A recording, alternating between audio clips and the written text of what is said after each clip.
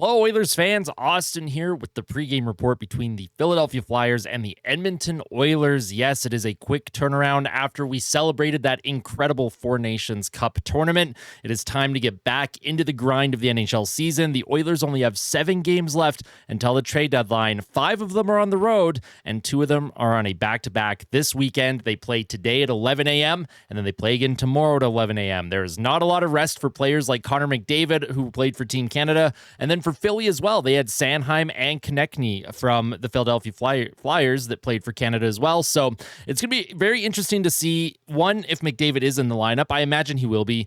2, how long it'll take for both teams to get their legs going, get their feet wet, and, try and hit someone and just get themselves back into the game. And then 3, I'm very interested to see how both teams perform after being gone for so long and this being a matinee match.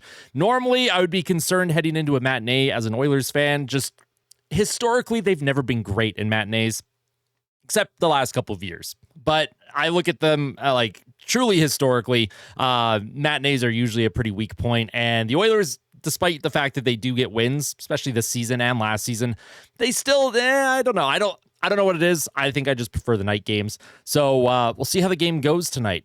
I'm going to do the projected lineups. We're going to do the stats, and then I'm going to do keys to the game, actually. That's something that I'm going to be adding into my little pregame report. So if you end up enjoying that today, make sure to hit that like button, and if you really like it, make sure to subscribe to the channel. I know a lot of you that tuned in during the Four Nations Cup. I am a predominantly Oilers-based channel, so if you want to see Oilers content or just see content that's from an Oilers fan perspective, of course, I definitely encourage you to stay. But if you end up leaving, that's totally fine. I will try and get more general hockey videos out.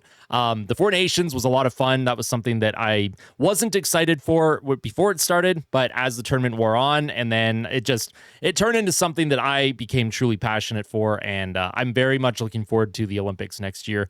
But until then, we got to focus on the Oilers here. Let's get into the projected lineups because there is a surprise and someone that I'm very excited to see that will be playing today. On the top line, of course, your usual Ryan Nugent-Hopkins with potentially Connor McDavid. I imagine McDavid's going to play. He doesn't like to take time off. I imagine he'll be in the lineup. And Zach Hyman.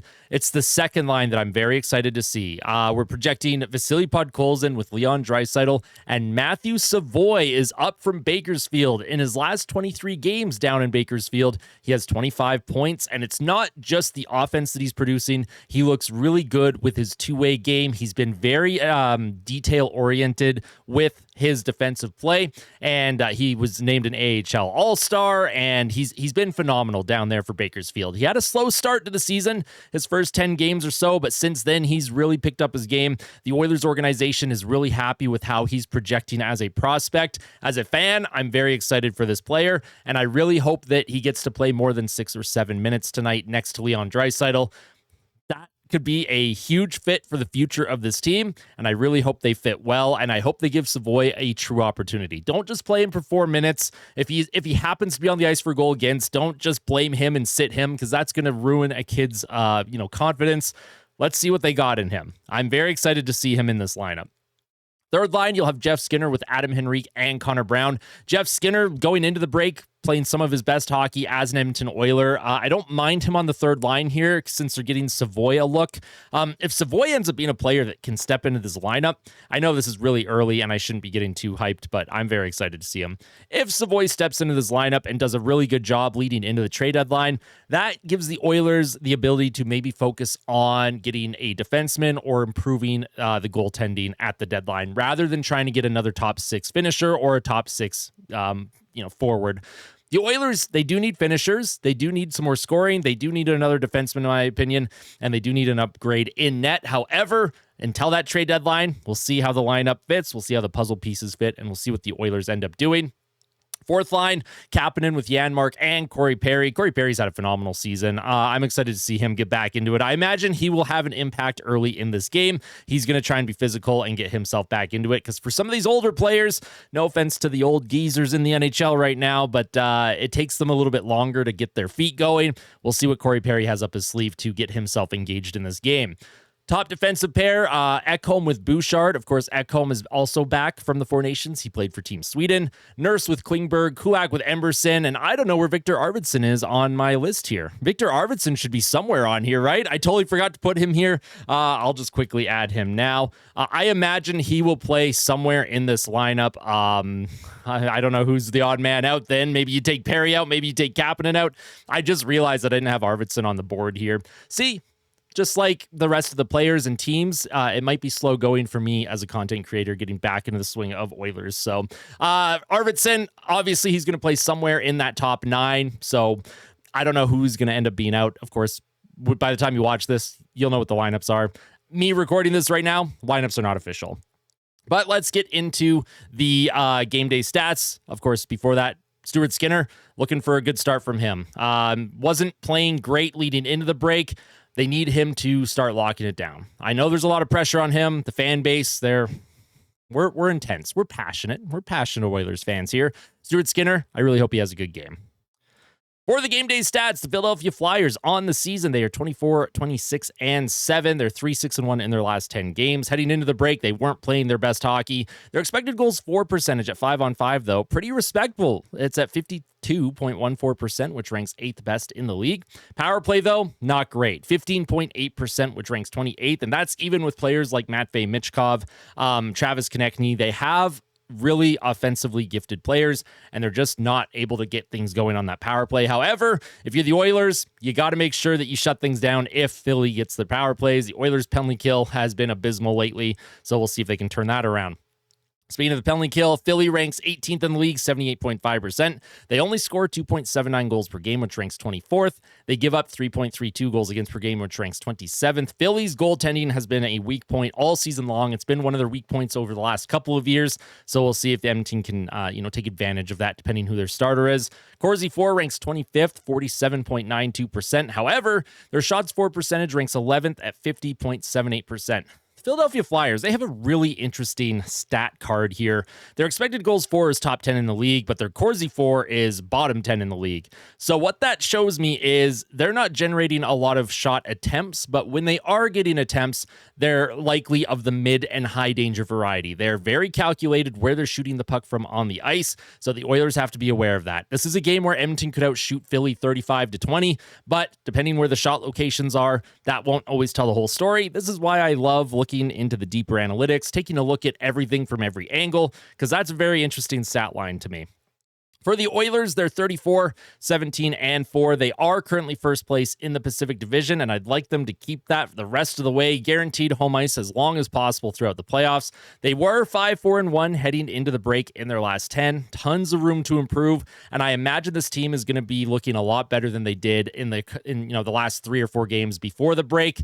Most of their players should be over that flu bug now. Most of their players that were dealing with something are hopefully feeling a lot better and are a lot healthier. So we'll see how Edmonton comes out. We'll see if they can start building on this first place in the Pacific that they have and continue to climb up the standings leading into the trade deadline. Expected goals for ranks second in all situations, 55.18%. Their power play ranks 6th in the league at 25%. Their penalty kill ranks 23rd, 75.6%. They score 3.31 goals per game, which ranks 4th best in the league. They give up 2.75 goals against per game, which ranks 8th best. Their Corsi for percentage ranks 3rd at 54.16%, and their shots for percentage is 2nd at 55%. The Oilers have been a great team all season long at generating those 5-on-5 chances. They're one of the best teams at generating high danger chances every game. They're just not putting the puck in the net as much as I'd like. They're still 4th best at putting the puck in the net, but the fact that we know that there is another level, there is another gear to this team. Hopefully some guys. Arvidsson is a big player that we're looking for a big second half of their season. So we'll see how it goes. Now, the keys to the game and our game day prediction, of course. Let me know your prediction in the comment section. Your players to watch and your score prediction. For the Oilers, their keys to the game, for me personally, get the feet moving early. The sooner that they can get themselves engaged in this game, get their feet going, the more likely they'll have success. Number 2, be more physical. If both teams have been off for 2 weeks. The Edmonton Oilers are not a physical team. However, to get themselves into the game. Sometimes being physical will do that. It just kind of kickstarts your brain. It gets you your motor running, and I'd like to see the Oilers be just a little bit more physical in this one.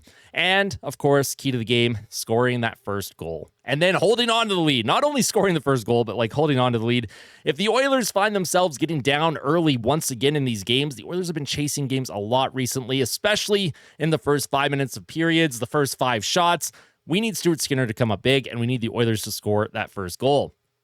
For the Philadelphia Flyers, their keys to the game, in my personal opinion, weather the early storm. I really do think the Oilers are going to be flying. I know this game is in Philly, but the Oilers, they've been on the road for a couple days. They're going to be roaring to get going here. And if Connor McDavid's in the lineup, he's going to be pulling everyone with them because he's going to be the guy that has the most legs, the most juice out of everyone on the ice. So for the Flyers, weather the early storm against Edmonton. They're going to have to move the puck. If Philly is not managing the puck well, the Oilers are going to make them pay and tear them apart. And for Philly, test Skinner early. Philadelphia could have a lot of success in this game today if they test Stuart Skinner early. So it'll be interesting to see how Philly comes out, how the Oilers come out in this one. My players to watch, if Matthew Savoy gets a decent amount of ice time, of course, he is my player to watch for the Oilers. And for the Philadelphia Flyers, I'm going Travis Konechny. He just got back from the Four Nations after winning a championship with Team Canada. He is my player to watch for the Philadelphia Flyers. And of course, my score prediction, I'm going to say Oilers 4-3 in overtime. I think Edmonton's going to come out. I think they're going to find a way to get a lead early. They're probably going to give up the lead because that's usually what happens. But then they'll just settle things down and win this thing in overtime. The Oilers did beat Philly earlier in the season 4-3, and I'm going to go with that score prediction once again. That is it from me. That is my pregame report. I hope you enjoyed. Please let me know all of your thoughts in the comment section below. Let me know how excited you are for the Oilers to get going again. Let me know your keys to the game, your players to watch, and, of course, the score prediction. And I'll see you in the post-game fan reaction. I will not be doing a live stream for this game. However, I will likely be live tomorrow morning for the game tomorrow. So take care, everyone. Thank you so much for watching. Tell someone that you love them. And as always, fight like a kid, fight like Ben. Let's go, Oilers. I'm excited to be back.